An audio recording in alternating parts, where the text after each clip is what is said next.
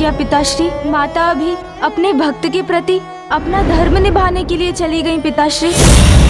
अब पुनः मेरी माँ का रूप लेकर आने में उन्हें बहुत समय लगेगा।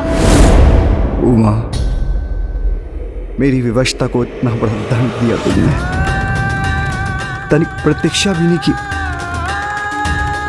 अब आवेश में लिया हुआ तुम्हारा ये निर्णय बहुत लंबे समय तक हमें एक दूसरे से दूर रखेगा।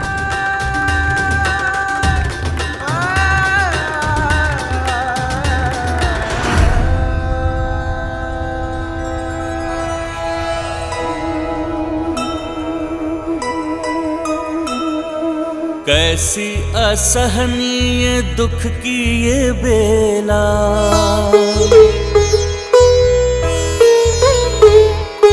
महेश्वर महेश्वरी बिछोहा को झेला।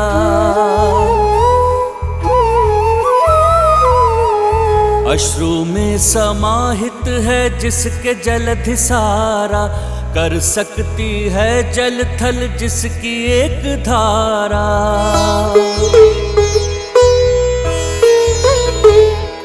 थाम लिए शंकर के अश्रु एक दंता, विघ्न हर लिए जगत का पुनः विघ्न हरता। माता पिता के दुख से दुखी गजानन, हरि हृदय शोक संतप्त सामन। माँ पिताश्री, आप दोनों ने तो अपना धर्म निभाया, जो आपके लिए उचित था वो किया, किंतु माता पिता का अलग हो जाना संतान के लिए कितना पीड़ादायी है, इसका अनुमान भी है आपको। आपकी संतान का तो जैसे संसार ही बिखर गया।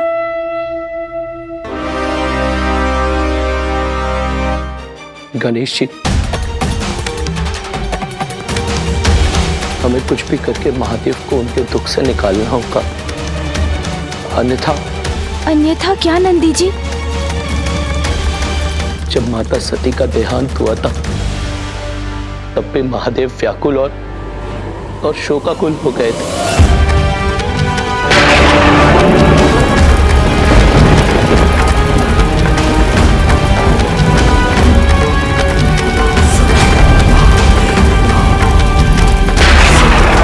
जब ने तांडव का रूप लिया तो पूरी सृष्टि में विनाश ही विनाश होने लगा।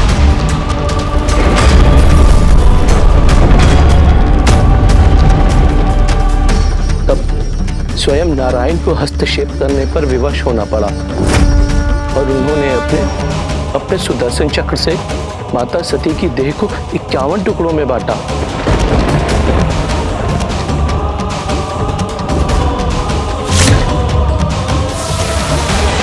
जिनके पृथ्वी पर आने से वहां 51 शक्तिपीठ स्थापित हुए।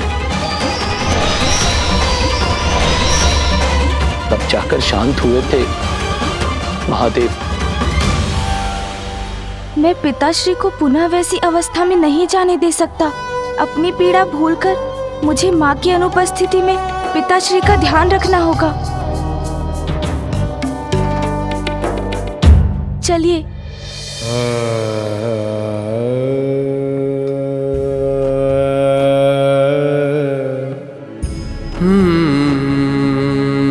दुखी मत होइए पिताश्री, सब पूर्व की भांति पुनः हो जाएगा। माँ लौट आएंगी।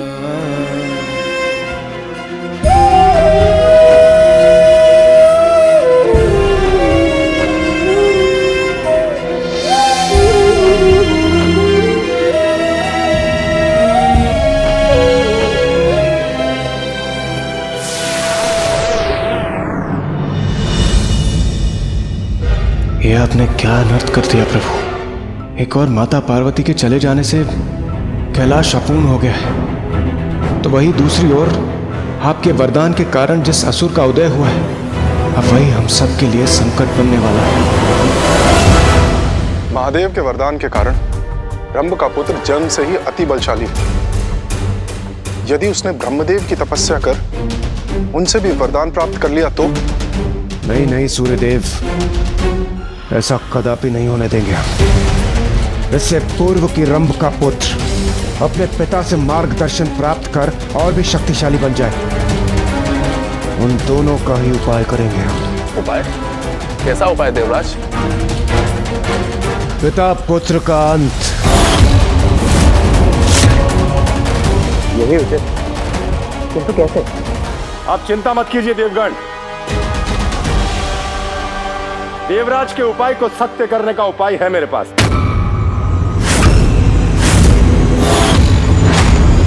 आरंभ कैसा भी हो, परंतु प्रत्येक जीव का अंत मेरे ही अधीन है। मैं अपने वाहन महिष को भेजकर छीन लूंगा पिता और पुत्र का जीवन।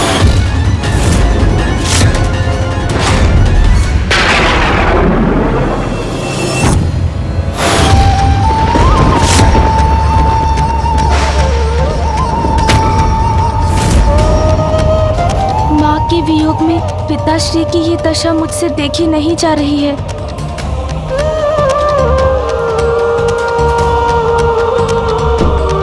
पिताश्री। पुत्र गणेश, मेरा त्रिशूल कहाँ है? यही है आपका त्रिशूल, जहाँ वो सदा होता है।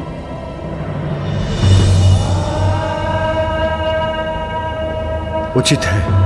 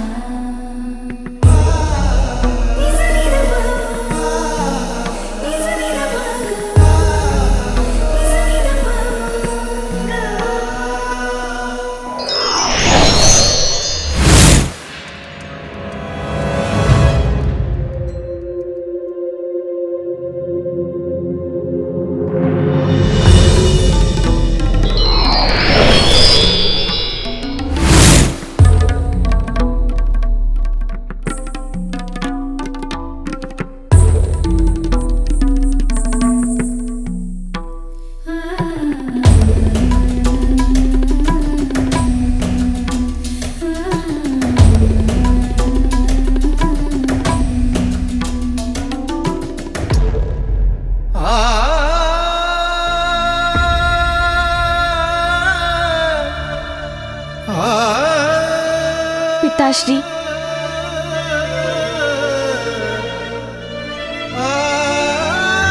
आइए मेरे साथ। कहाँ पुत्र? आइए, हम पिता पुत्र साथ में भोजन करेंगे।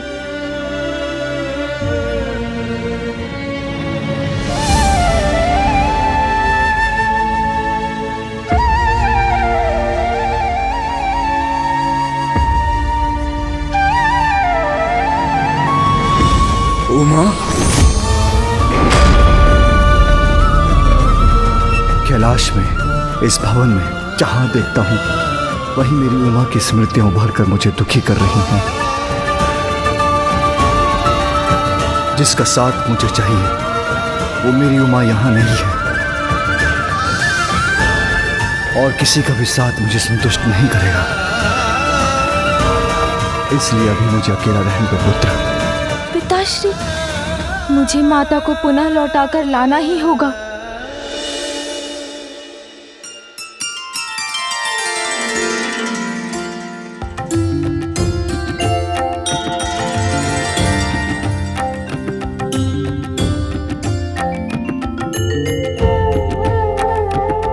माँ तो अपने बालिका रूप में कितनी प्रसन्न है।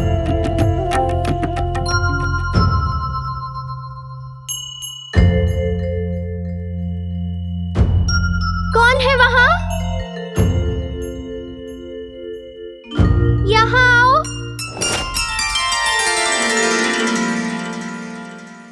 छोटे छोटे हाथ पांव लंबोदर देवा,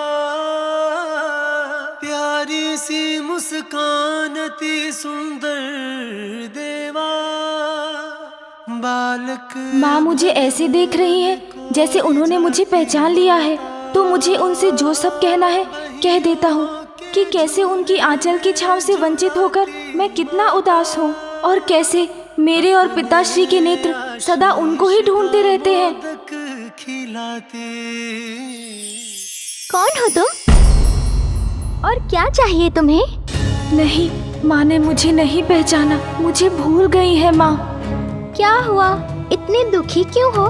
कौन हो तुम? मैं महादेव और पार्वती नंदन गणेश हूँ। मैं ऋषि कात्यायन की पुत्री कात्यायनी हूँ। तो क्या माँ मुझे और पिताश्री को पूर्ण रूप से भूल चुकी है? तो क्या पिताश्री और माँ अब कभी नहीं मिलेंगे?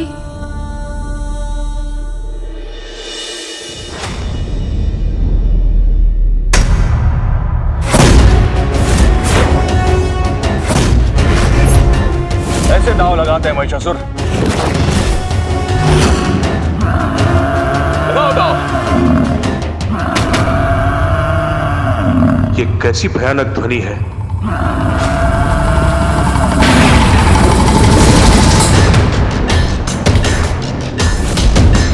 ये कौन आ रहा है यहां?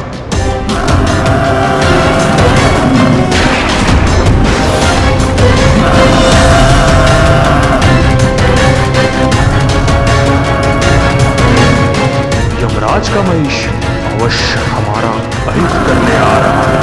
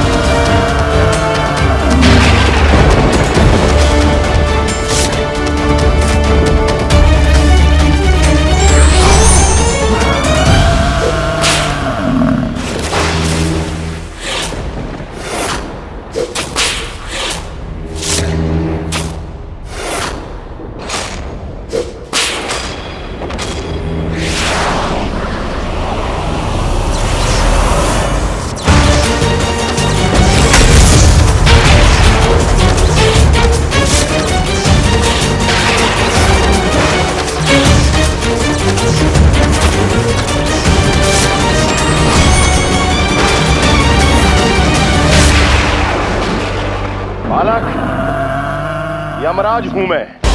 मेरे पास से कोई भी सुरक्षित नहीं है, इसलिए भागने का प्रयास मत करो। देखो अपने पिता का अंत। अधर्म का प्रारंभ कहीं से भी हो, उसका अंत इतना ही भयानक होता है। सावधान बालक।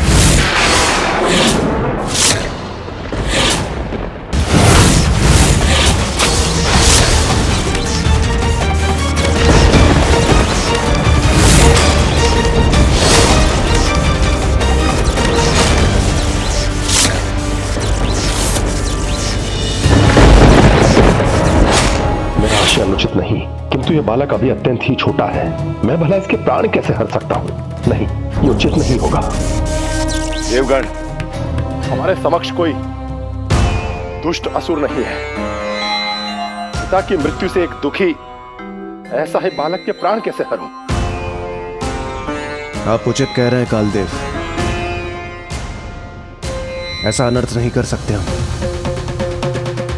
एक बालक का वध करने का दुष्कृत हम देवताओं को शोभा नहीं देता।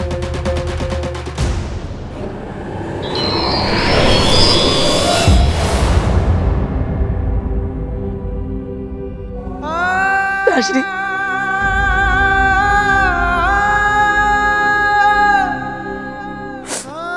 पिताश्री,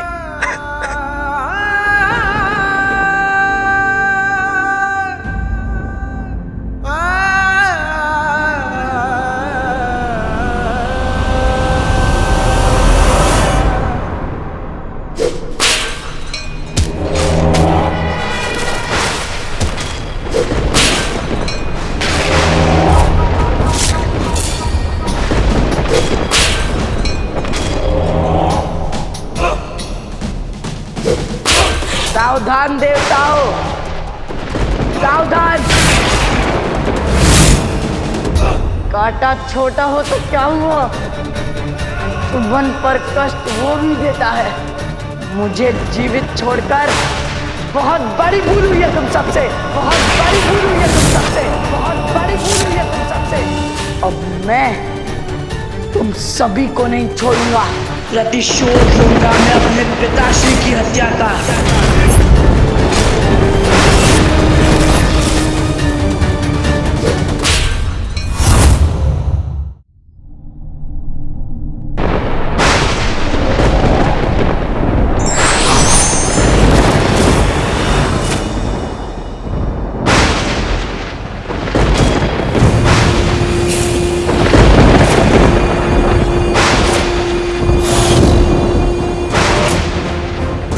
कौन है वहाँ?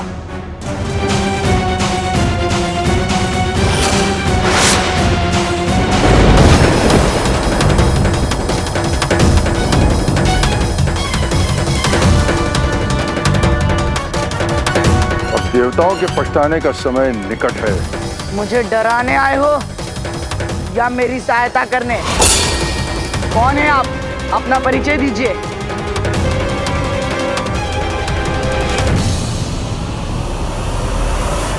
मैं असुर गुरु शुक्राचार्य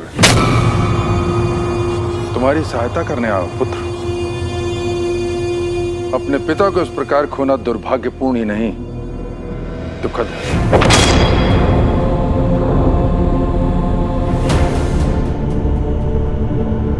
जो हो गया उसका शोक मनाने से क्या लाभ है गुरुदेव? आज्ञा दे कि अब मुझे क्या करना है। प्रतिशोध लेना है तुम्हें, देवताओं से अपने पिता की निर्मम हत्या का प्रतिशोध।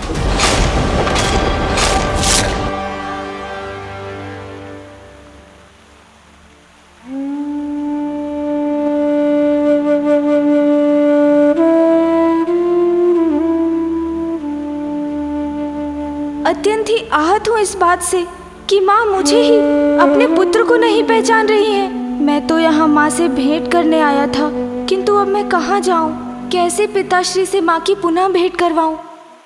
पुत्र गणेश। माँ।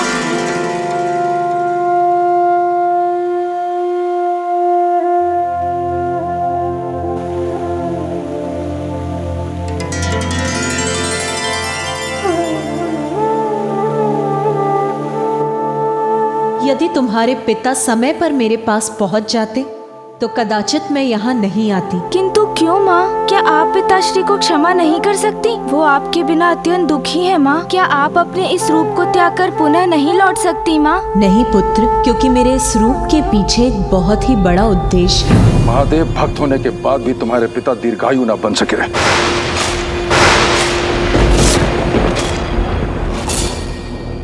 स्मरण रहे पुत्र, स्वयं महादेव के वरदान से जन्म लेने के कारण अत्यंत बलशाली हो तुम।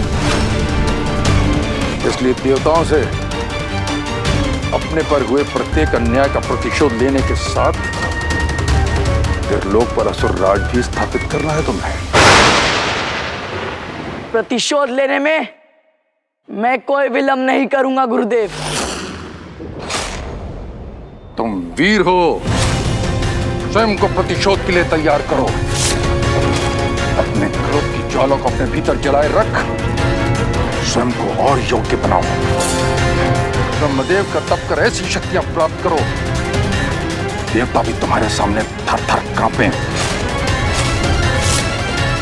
तुम बन जाओ महान अजय असुर, महिषी पुत्र महिषासुर।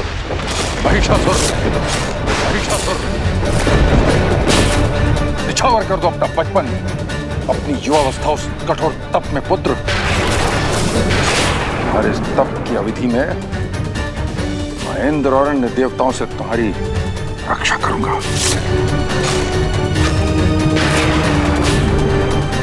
अपना प्रतिशोध लेने के लिए यदि मुझे सहस्त्रों वर्षों तक तप करना पड़े तो वो भी मैं करूंगा गुरुदेव।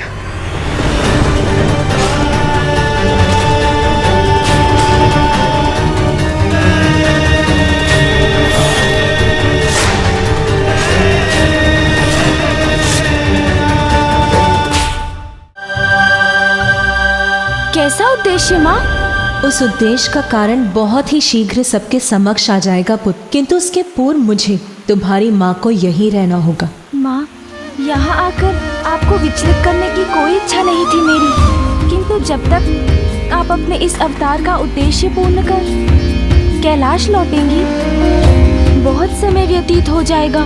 मेरी बाल्यावस्था तो बीत चुकी होगी माँ। पुत्र, तुम्हारे बाल अवस्था का सुख मैं भी नहीं खोना चाहती, इसलिए जब तक मैं कैलाश नहीं लौटती तब तक तुम बालक ही रहोगे। ये मेरा आशीर्वाद है कि समस्त जगत में तुम बाल गणेश के नाम से भी प्रसिद्ध रहोगे।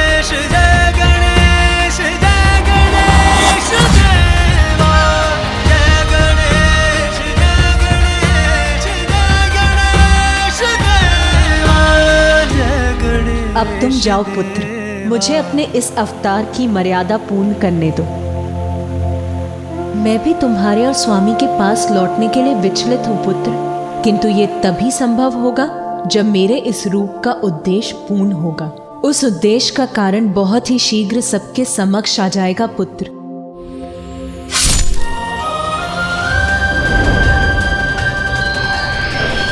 प्रतिशोध की भावना किसी भी परिस्थिति में अनुचित है। इससे कुछ भी प्राप्त नहीं होता।